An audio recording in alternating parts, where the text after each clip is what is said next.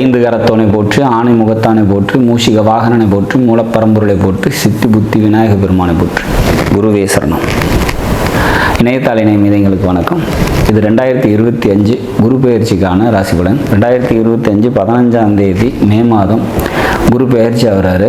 ரிஷப ராசியிலேருந்து பயிற்சி ஆகி மிதுனத்துக்கு போகிறார். சரி, இது எந்த வகையில் மாற்றங்களை நன்மைகளை ரிஷபத்துக்கு தரும், அதாவது ரிஷப ராசியில் பிறந்தவங்களுக்கு தரும் அப்படிங்கிறத பார்க்கலாம்.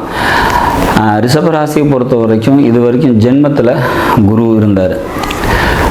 குரு ராசியிலே சஞ்சரிக்கிறது ஒரு சிறப்பு தான் அப்படிங்கிறத நம்ம சொல்லித்தான் ஆகணும். ஏன்னா 5ஆம் வீட்டை பார்ப்பார், 7ஆம் வீட்டை பார்ப்பார், அதை பாகிஸ்தானத்தை பார்ப்பார். இதனால் அந்த அவரோட பார்வையினால் பல நன்மைகளை இது வரைக்கும் அமைச்சிரும்.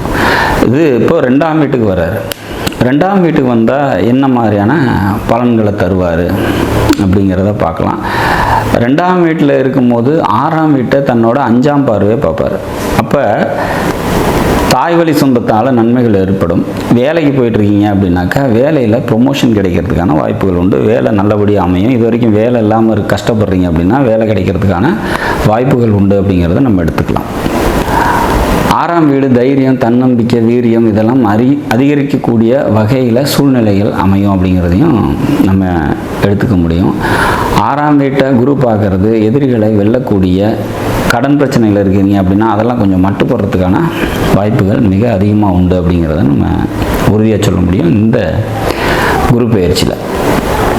சரி, அடுத்ததாக 7ஆம் பார்வையை உங்களோட 8ஆம் வீட்டை பார்க்குறாங்க. 8ஆம் வீடு ஆயுள் ஸ்தானம், அல்லது வெளியூர் பயணம், இடம் மாற்றம், இந்த மாதிரியான விஷயங்களை குறிக்கிறதுனால இதெல்லாம் சுமூகமாக நடக்கிறதுக்கான வாய்ப்புகள் உண்டு. உடல் ரீதியான தெளிவு ஏற்படும் அப்படிங்கிறத நம்ம எதிர்பார்க்கலாம். சரி, அடுத்தது பாக்கியஸ்தானம், அதாவது 9ஆம் பார்வை அப்படிங்கிறது, பாக்கிய பார்வை அப்படிங்கிறது குருவுக்கு உண்டு. அந்த பாக்கிய பார்வைங்கிறது உங்களோட தசம கேந்திரத்துக்கு, அதாவது ரிஷபத்துக்கு 10ஆம் வீட்டுக்கு விழுது. இது மிகவும் சிறப்பு அப்படின்னு சொல்லலாம். சொந்த தொழில் செஞ்சிட்டு இருக்கவங்களுக்கு தொழில் நல்லாயிருக்கும் அப்படிங்கிற மாதிரியான ஒரு அமைப்பு. மொத்தத்தில் இந்த குரு 2ஆம் வீட்டில் இருக்கிறது சிறப்பு தான் அப்படிங்கிறத உறுதியாக சொல்லலாம். ரிஷபத்தை பொறுத்த வரைக்கும் இந்த இப்போ இருக்கக்கூடிய நிலைப்பாடுகள், கிரக பெயர்ச்சிகள் அனைத்துமே ஒரு நல்ல நிலையில் இருக்குது அப்படிங்கிறதுல மாற்று கருத்தில். 10ல் வந்து ராகு பெயர்ச்சியாகி வந்து உட்கார போகிறாரு. அது குரு பார்வையோடு இருக்கும்போது இன்னும் சிறப்புகள் ஏற்படும் அப்படிங்கிற மாதிரி சொல்லலாம். 10ல் ஒரு பாம்பாவது பாவியாவது இருக்கணும் அப்படிங்கிறது ஜோதிட கணக்கு. அந்த வகையில் இந்த 12 ராசிகளில் அதிக நன்மைகள் பெறக்கூடிய ராசி ரிஷப ராசி அப்படிங்கிறத எடுத்துக்கலாம். இந்த குரு பெயர்ச்சி கூடுதல் நன்மைகளை தரக்கூடிய ராசிகளில் இந்த ரிஷப ராசியும் ஒன்று அப்படிங்கிறதுல மாற்று கருத்து இல்லை. நாடும் நாட்டு மக்களும் நலமுடன் வாழ நவகிரகங்களை வேண்டி அமைகிறேன். நன்றி, வணக்கம்.